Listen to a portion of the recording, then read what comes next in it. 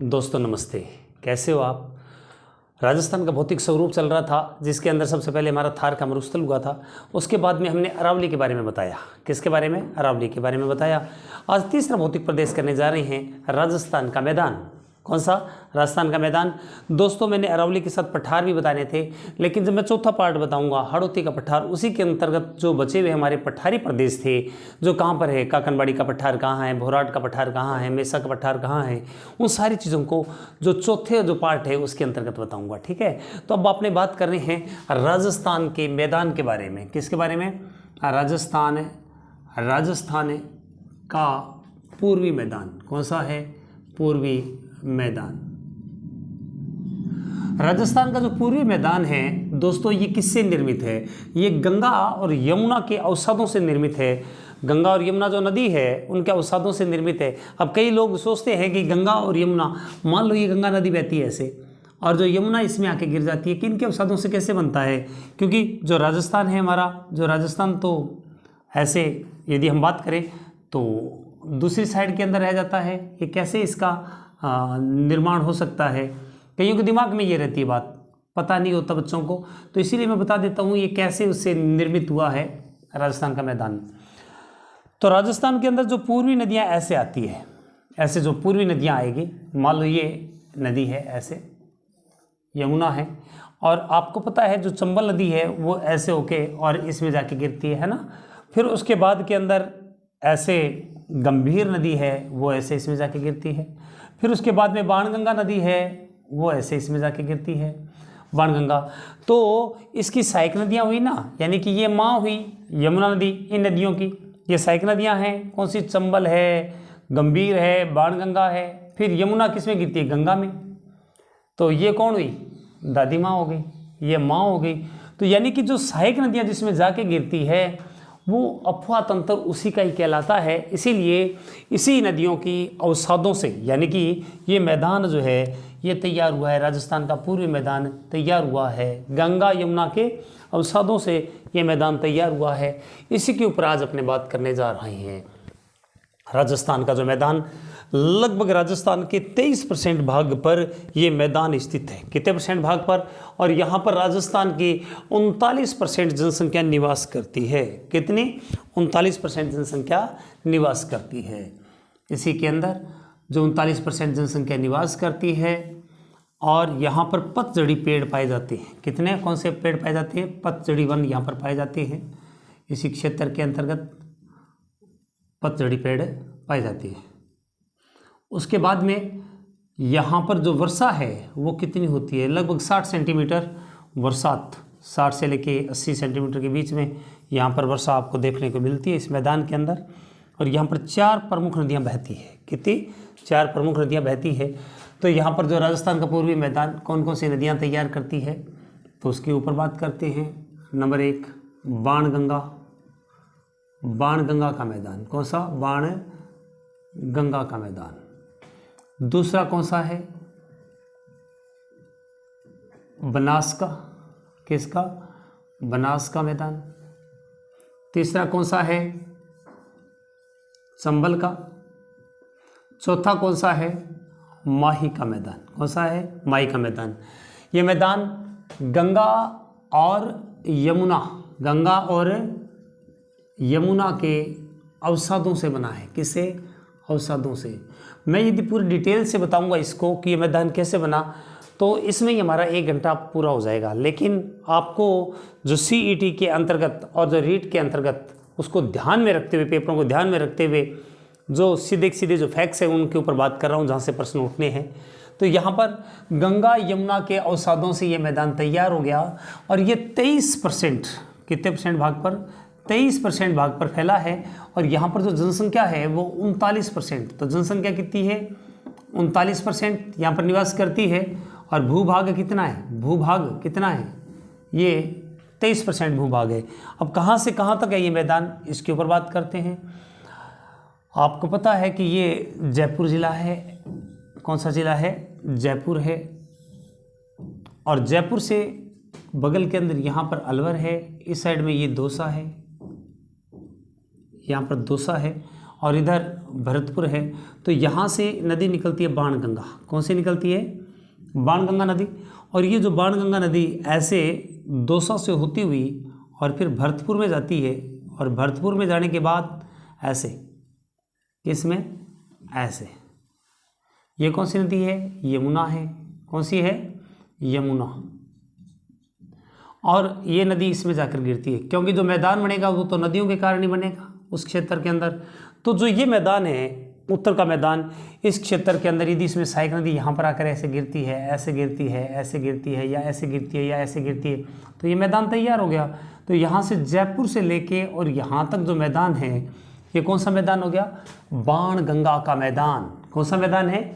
बाणगंगा का। पूर्वी मैदान कर रहे हैं जो राजस्थान के कितने % भाग पर फैला हुआ है? ये राजस्थान के इस क्षेत्र में यदि हम ऐसे जाएंगे तो ये जो क्षेत्र है यहाँ तक ऐसे, ये जो क्षेत्र,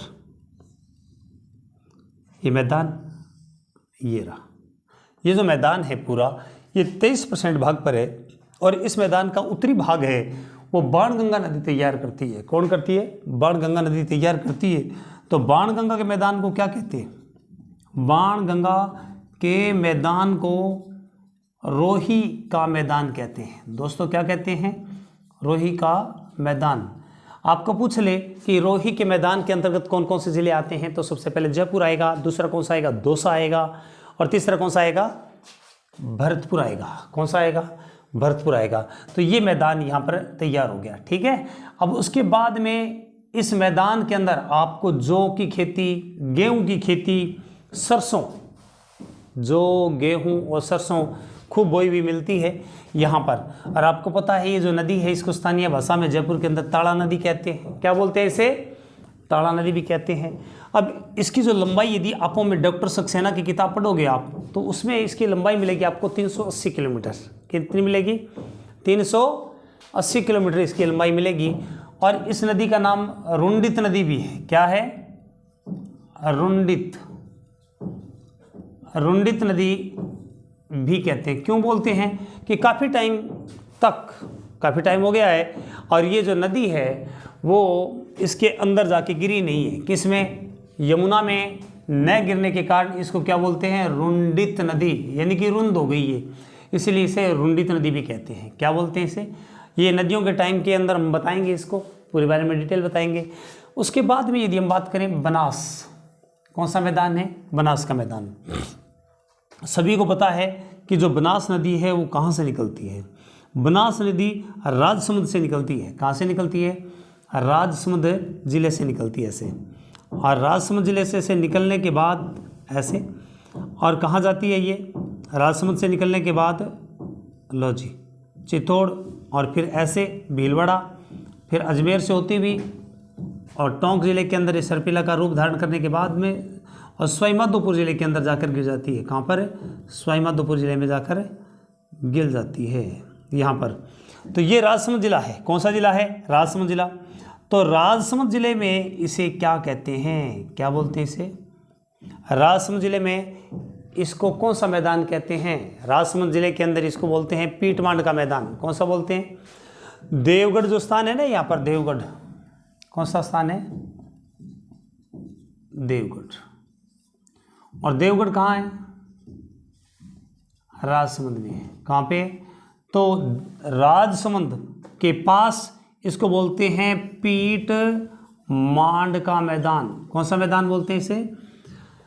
पीट मांड का मैदान। और फिर मैंने आपको बताया कि यहाँ पर पीट मांड के बाद में यहाँ पर ये थोड़ा सा चित्तौड़ का एरिया आ जाता है। कौन सा आ जाता है? चित्तौड़ का एरिया आ जाता है। और फिर उसके बाद में जाजपुर आ जाती है, जाजपुर तहसील भीलवाड़ा की, इसी क्षेत्र में यहाँ पर है ना। मंडलगढ़ से लेके, मंडलगढ़ कहाँ पर है? भीलवाड़ा में है। और जाजपुर, मंडलगढ़ से यहाँ पर, मंडलगढ़ कौन सा है? मंडलगढ़। और यहाँ पर कौन सी है? जहाजपुर। इनके बीच में, मंडलपुर से जहाजपुर के बीच में इसको क्या बोलते हैं? है ना। तो पीट मांड का मैदान कहाँ पर बोलते हैं? देवगढ़ के पास। और देवगढ़ कहाँ है? राजसमंद के अंदर है। और जो यहाँ पर है मंडलगढ़ से यहाँ पर, ये बोला जाता है खेराड़ का मैदान। कौन सा है? खेराड़ का मैदान कौन सा है? तो कैसे मेरे जहाज को हाथ लगाई तो तुम्हारी खैर है नहीं है। कौन सा मैदान है?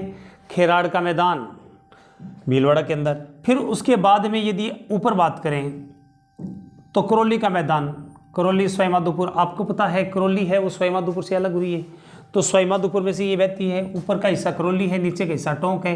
तो ये जो आगे का मैदान है आपको ये पूछ ले टोंक, क्योंकि इसमें जो सहायक नदियाँ आकर गिरती है वो करौली साइड से भी होती है। तो टोंक करौली के बीच में, टोंक करौली के बीच के अंदर इसको बोलते हैं मालपुरा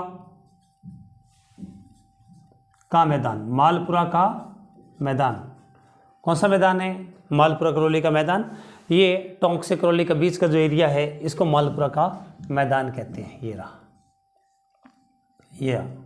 इसके बाद में यदि आपको पूछ ले मेवाड़ का मैदान कहाँ पर है, यदि किसी नदी के बारे में पूछ ले किस नदी के किनारे पर मेवाड़ का मैदान है, तो बनास नदी आएगा। कौन सा आएगा? बनास नदी आएगा। मेवाड़ का मैदान, क्यों? मेवाड़ जो क्षेत्र पड़ता है वो बनास नदी क्षेत्र के अंतर्गत ही पड़ता है, क्योंकि यहाँ पर राजसमंद गुजरता है, फिर भीलवाड़ा गुजरता है, भीलवाड़ा से गुजरती है। तो ये जो एरिया है वो कौन सा मैदान कहलाता है? मेवाड़ का मैदान कहलाता है। फिर तीसरा है चंबल का मैदान। कौन सा मैदान है? चंबल का मैदान। दोस्तों राजस्थान में 135 किलोमीटर बहती है डॉक्टर सक्सेना के आधार पर। कौन सी? ये नदी। ये नदी कौन सी है? चंबल नदी है। कौन सी है? चंबल नदी। और चंबल नदी ऐसे बहती हुई और ऐसे बाहर निकल जाती है। ये लो ऐसे, ये रही है ना। तो आपको बता दूं ये चंबल राजस्थान में तो 135 किलोमीटर ज़्यादातर सीमाएं बनाती है, सवाई माधोपुर कोटा की, बूंदी कोटा की, मध्य प्रदेश राजस्थान की, उत्तर प्रदेश और मध्य प्रदेश ज़्यादातर सीमा बनाती है। लेकिन इस मैदान के पास में यदि आप कहोगे तो सवाई माधोपुर के अंदर इसके आसपास के क्षेत्र को बोलते हैं बीहड़ क्षेत्र। कहाँ पे? बीहड़ क्षेत्र। कहाँ पे? सवाई माधोपुर के अंदर क्या बोलते हैं इसके आसपास के क्षेत्र को? बीहड़ क्षेत्र। तो याद कैसे रखोगे? माधव भगवान लोगों की बीड़ी पिलाते थे, बीड़ी से बीहड़। ये काल्पनिक बात है, दिल पे मत लेना कि माधव भगवान ने या माधव भगवान बीड़ी पीते थे सवाई माधोपुर। ये काल्पनिक कल्पनाओं से याद करना किसी चीज़ को। बीहड़ से बीड़ी। अब बीहड़ किसको बोलते हैं? जहाँ पर अत्यधिक घना जंगल क्या हो, उबड़ खाबड़ भूमि और जंगल घना हो, उसे क्या बोलेंगे अपने? बीहड़। उसके बाद में आगे जाएंगे तो करौली आ जाएगा। और जो करौली है, करौली के अंदर लंबे लंबे पेड़, ऐसे उबड़ खाबड़ भूमि और ऐसे, उसको बोलते हैं डांग क्षेत्र। कौन सा है? हिंडौन सिटी है इस क्षेत्र के अंदर, गंगापुर सिटी है। यहाँ पर कौन से है? डांग क्षेत्र है करौली में। कहाँ पे है? करौली में। तो याद कैसे रखोगे? मैंने डांग मार मार के करेले तोड़ दिए। क्या तोड़ दिए मैंने? डांग मार मार के करेले तोड़ लिए। क्या तोड़ लिए? डांग मार मार के करेले तोड़ लिए। आप इस चंबल के मैदान से गुजर जाएंगे। वैसे अफवाह की दृष्टि से देखें तो जो बनास का जो मैदान है वो सबसे बड़ा है। उसके बाद में कहता है जी माही का मैदान। कौन सा मैदान है? इधर देखिए माही का मैदान। माही नदी ऐसे राजस्थान में प्रवेश करती है बांसवाड़ा से, फिर प्रतापगढ़ और बांसवाड़ा की, प्रतापगढ़ की और बांसवाड़ा की सीमा बनाती हुई ऐसे डूंगरपुर बांसवाड़ा की सीमा बनाती हुई कर्क रेखा को 2 बार काटती हुई वापस निकल जाती है। तो आपको जानकारी के लिए बताऊं, इसका जो मैदान है, ये जो मैदान है, इसके आसपास का जो नदियां इसमें आकर गिरेगी, उसके मैदान को जो प्राचीन नाम है, पूछ ले आपको प्राचीन नाम। किसका प्राचीन नाम? माही के मैदान का प्राचीन नाम क्या है? प्राचीन नाम क्या है? पुष्पक प्रदेश। कौन सा? पुष्पक का मैदान। पुष्पक का मैदान या पुष्पक प्रदेश। कौन सा प्रदेश? पुष्पक प्रदेश इसका प्राचीन नाम है। और जब ये डूंगरपुर से नदी गुजरती है, देखो यहाँ पर डूंगरपुर से गुजर रही है ना, ये देखो, तो डूंगरपुर में आसपास का जो उपजाऊ भूमि है इसको वर्तमान में क्या बोलते हैं? डूंगरपुर में क्या बोलते हैं? डूंगरपुर में इसको बोलते हैं मेवल प्रदेश। क्या बोलते हैं? मेवल प्रदेश। तो देखो मेल, मैंने इनमें से ट्रिक्स बनाने के लिए मेल बना लिया। क्या बना लिया? मेल। डूंगरपुर। डांगर जो होते हैं उनको नहलाया तो जाता नहीं है, उन पे मेल चढ़ा रहता है। जैसे अपने हाथों पे पैरों पे मेल चढ़ जाता है ना, उसको बोलते हैं मेल। डांगरों पर क्या चढ़ा रहता है? मेल चढ़ा रहता है। क्या चढ़ा रहता है? डांगरों पर मेल चढ़ा रहता है। क्या चढ़ा रहता है डांगरों पर? मेल चढ़ा रहता है, डांगरों पर क्या चढ़ा रहता है, मेल चढ़ा रहता है, याद रह जाएगा।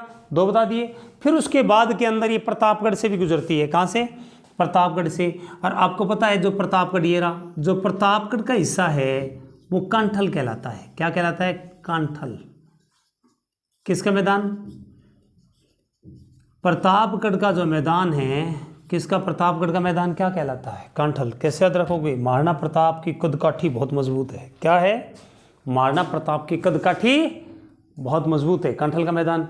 और फिर आपको पता है कि यहाँ पर थोड़ा सा बताता हूँ कि 56 नदी नाले ऐसे आते हैं, 56 नदी नाले ऐसे आते हैं, ऐसे, और माही नदी ऐसे करके ऐसे जाती है।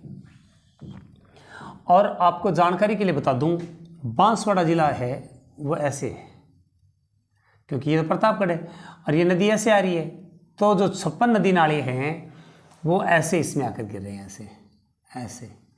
तो यहाँ पर तो ये 56 गांव बसे हुए हैं इसके किनारे पर। कितने गांव बसे हुए हैं, ऐसे 56 गांव इन नदी नालों के किनारे पर बसे हुए हैं। इसलिए छप्पनिया मैदान, छप्पनिया मैदान, छप्पनिया मैदान कहाँ पर है भाई, छप्पनिया मैदान कहाँ पर है, प्रतापगढ़, प्रतापगढ़ और कौन सा है, बांसवाड़ा। अब गौर से देखिए कौन कौन से प्रश्न बनेंगे। छप्पनिया मैदान कहाँ पर है, तो जोड़ा, प्रतापगढ़ बांसवाड़ा में। ओनली कंठल का पूछ ले तो कौन सा है, प्रतापगढ़। मेवल का मैदान कहाँ पर बताओगे आप, डूंगरपुर में। कहाँ पे, डूंगरपुर में। प्राचीन का मैदान, प्राचीन मैदान, इसका नाम क्या है, पुष्पक प्रदेश। किसका, माही नदी का, याद रहेगा। पीटमांड का मैदान, देवगढ़, देवगढ़ कहाँ पर है, राजसमंद के अंदर है। कहाँ पर, माही नदी, सॉरी बनास नदी। ऐसे प्रश्न पूछेगा। रोही का मैदान कहाँ पर है, बाणगंगा का मैदान कहाँ पर, जयपुर से लेके भरतपुर के बीच में। कहाँ पे, जयपुर से लेके भरतपुर के बीच में। फिर आपको जानकारी के लिए बता दूं, ये देखो आपने 4 नदियों का ये मैदान बताया। दक्षिण के अंदर जो यहाँ पर छप्पनिया मैदान है, वहाँ पर आके ये मैदान खत्म हो जाता है।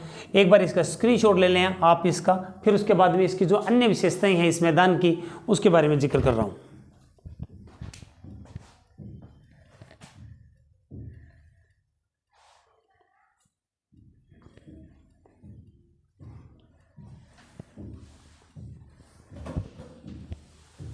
हाँ जी, तो साफ कर देता हूँ इसको।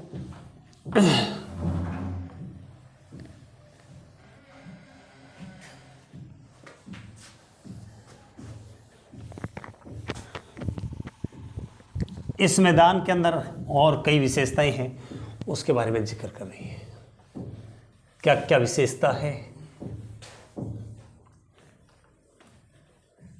उसके बारे में देखिए।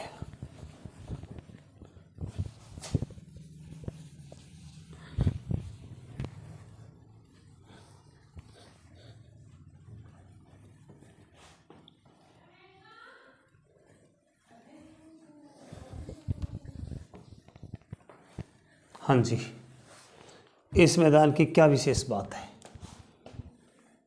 देखिए। इस मैदान में पतझड़ी पेड़ पाए जाते हैं। कौन से पेड़ पाए जाते हैं, पतझड़ पेड़ पाए जाते हैं। जो विशेष मौसम में पत्ते डालते हैं उसको क्या बोलते हैं, पतझड़। अब आपके दिमाग में आता होगा सदाबहार जो वन है वो क्या पत्ते डालते नहीं हैं, ये डालते हैं। सभी के मन में ये रहता है कि जो सदाबहार पेड़ है वो पत्ते नहीं डालते, डालते हैं, वो भी पत्ते डालते हैं। लेकिन वहाँ पर बता दूँ भिन्न भिन्न प्रजाति के पेड़ एक ही मैदान में है, इसीलिए पता नहीं चलता उसका। तो पतझड़ पेड़ पाए जाते हैं। क्या पाए जाते हैं, पतझड़ पेड़ पाए जाते हैं। यहाँ पर पतझड़ी वन पाए जाते हैं इस मैदान में। उसके बाद में यहाँ पर जो ये मैदान है, इस मैदान के अंदर कुओं से सिंचाई भी होती है। क्या होती है, कुओं से सिंचाई, कुओं से सिंचाई होती है। और कुओं से सिंचाई कहाँ पर होती है, कुओं से सिंचाई होती है जयपुर में। कहाँ पे, जयपुर में सर्वाधिक होती है कुओं से सिंचाई। और फिर यदि हम बात करें तालाबों से, तालाबों से सर्वाधिक सिंचाई भीलवाड़ा में होती है। इस मैदान की बात कर रहा हूँ मैं, वायदे में कई बार प्रश्न पूछ लेते हैं इस मैदान पर ऐसे, भीलवाड़ा। उसके बाद में ट्यूबवेल, नलकूपों से, नलकूपों से कहाँ होती है, भरतपुर में, भरतपुर में होती है। कहाँ पे होती है, भरतपुर के अंदर। यदि ऐसा प्रश्न आ गया तो आपको इसका उत्तर देना है। तालाबों से सिंचाई भीलवाड़ा में, कुओं से कहाँ पर है, कुओं से सिंचाई कहाँ पर होती है, जयपुर में। तालाबों से भीलवाड़ा में, नलकूपों से भरतपुर के अंदर सिंचाई होती है। क्या होती है, इससे सिंचाई होती है। और फिर उसके बाद में इस मैदान के अंदर मिट्टी कैसी है, जो मिट्टी है आपको देखने को मिलेगी कछारी मिट्टी मिलेगी। और कछारी मिट्टी कहाँ पर मिलेगी, अधिकतर जो कछारी मिट्टी मिलेगी बाणगंगा के मैदान में मिलेगी आपको। कहाँ पे, बाणगंगा के मैदान में आपको कछारी मिट्टी मिलेगी। और उसके बाणगंगा के मैदान के जस्ट थोड़ा सा नीचे जाएंगे जहाँ पर गंभीर नदी गुजरती है, वहाँ पर आपको लाल मिट्टी मिलेगी। आपको कौन सी मिट्टी मिलेगी, लाल मिट्टी मिलेगी। इसके अलावा कछारी मिट्टी और लाल मिट्टी इस क्षेत्र में आपको देखने को मिलेगी। सर्वाधिक जो जनसंख्या इस मैदान में, जनसंख्या वो जयपुर जिले में, कहाँ पे, जयपुर जिले के अंदर 66 लाख की आबादी लगभग आपको मिलेगी जयपुर जिले में सर्वाधिक। उसके बाद में सबसे कम पशु संपदा भी है यहाँ पर, सबसे पूरे राजस्थान में सबसे कम पशु संपदा कहाँ पर देखने को मिलेगी, धौलपुर में देखने को मिलेगी। इस मैदान में सर्वाधिक उद्योग धंधे कहाँ पर देखने को मिलते हैं, सर्वाधिक जो उद्योग धंधे आपको कहाँ पर देखने को मिलेंगे, जयपुर में कुल उद्योगों में। यदि ओनली पूछ ले कि व्रत उद्योग कहाँ पर है, व्रत, या ऐसे पूछ ले विदेशी उद्योग कहाँ पर देखने को मिलते हैं, ये आपको अलवर में देखने को मिलते हैं। कहाँ पे, ये अलवर में देखने को मिलते हैं। व्रत उद्योग, विदेशी उद्योग कहाँ पर देखने को मिलते हैं, अलवर में देखने को मिलते हैं। कहाँ पे, व्रत उद्योग, और ये कहाँ पर देखने को मिलते हैं, अलवर में आपको देखने को मिलती है। उसके बाद में यदि आपको पूछ ले कि राजस्थान में सर्वाधिक ऐसी कहाँ पर है, तो इसी मैदान के अंदर जयपुर में मिलेंगे आपको शेड्यूल कास्ट। कहाँ पर मिलेंगे, सर्वाधिक जयपुर में। वैसे प्रतिशतता के आधार पर बात करें तो श्री गंगानगर में है, लेकिन हम इस मैदान के बारे में बात कर रहे हैं। इस मैदान का सबसे बड़ा नगर कौन सा है, सबसे बड़ा नगर कौन सा है भाई, जयपुर है। कौन सा है सबसे बड़ा नगर इस मैदान का, आपको जयपुर देखने को मिलता है। तो इस मैदान के अंदर ऐसे बहुत सारे छोटे छोटे प्रश्न आपसे पूछ सकता है, कौन सी चीज़ कहाँ पर है।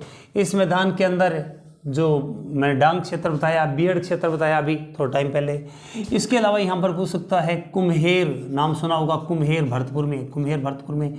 यहाँ पर भैंस का, कौन सा, भैंस का, कौन सी भैंस का, मुर्रा नस्ल की जो भैंस होती है ना, उसका अनुसंधान के अंदर है। क्या है, अनुसंधान। इसके अलावा सेवर भरतपुर, कौन सा है, सेवर भरतपुर, यहाँ पर सरसों का अनुसंधान के अंदर है। किसका है, सरसों का अनुसंधान के अंदर है। ये छोटे छोटे प्रश्न हैं जो इस मैदान के अंदर आप अलग से याद कर सकते हैं। कितने परसेंट भाग पर, 23% भाग पर ये मैदान फैला हुआ है। तो याद कैसे रखोगे, मेरी जो ताई है, 23 को बोलोगे ताई, मेरी ताई मैदान में काम करती है। किस में काम करती है मेरी ताई, मैदान में काम करती है। और जब उसने काम किया तो लोगों ने उन्हें देख के ताली बजाई। तो 39, कौन सा है, 39% जनसंख्या वहाँ पर निवास करती है। तो ये मैदान बहुत और लंबा चौड़ा क्षेत्र के अंदर अपने नहीं खींचेंगे। उसके बाद में हमारा चौथा पार्ट रहेगा, कौन सा रहेगा, राजस्थान का पठारी प्रदेश। कौन सा रहेगा, पठारी प्रदेश रहेगा, हड़ौती का पठार जिसको कहते हैं, वो मैं अगली वीडियो में प्रदान करूँगा। एक बात और दोस्तों, वीडियो को पूरी देखा करो और उसके पूरे के नोट्स बनाओगे तभी लाभ होने वाला है। क्योंकि मैंने ये संकल्प लिया है कि CET का जो सिलेबस है उसको पूर्ण करवाऊंगा। तो आप लोगों ने बढ़िया तरीके से इसके नोट्स बनाना, और मैं अभी जल्दी आपके सामने एक ऑब्जेक्टिव प्रश्नों की भी सीरीज़ लेकर आऊँगा। उसमें मैंने गिफ्ट प्राइज़ भी रखा है। उसके बाद में सोमवार से डिजिटल बोर्ड के ऊपर आ रहा हूँ। डिजिटल बोर्ड के ऊपर आपकी इच्छा के मुताबिक, आपकी इच्छा थी और आप लोगों ने कई कमेंट भी लिखा कि सर डिजिटल बोर्ड के ऊपर वीडियो बनाओ। तो सोमवार से डिजिटल बोर्ड के ऊपर आएगी सारी, और सारगर्भी तरीके से पूरे कंटेंट के साथ, आपको अलग से किताब पढ़नी नहीं पड़ेगी। और उम्मीद करता हूँ जो भी मेरे साथ जुड़ जाएगा।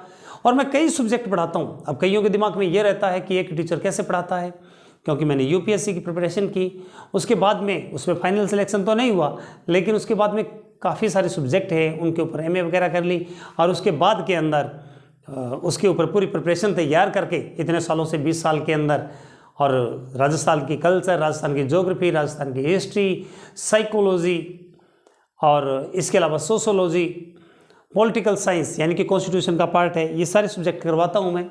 जब आप लगाओगे तो पता चलेगा कि कौन सी चीज़ में क्या क्वालिटी है और किस प्रकार नोट्स बनाने हैं और पेपर में प्रश्न कौन से आते हैं, और पूरी श्रृंखला को उठा के देखना फिर वीडियो में। फिर सोचोगे जब पेपर होने के बाद में कि यदि हम इसको देख लेते, यदि नोट्स बना लेते तो हमारी बात बन जाती। बहुत बहुत धन्यवाद।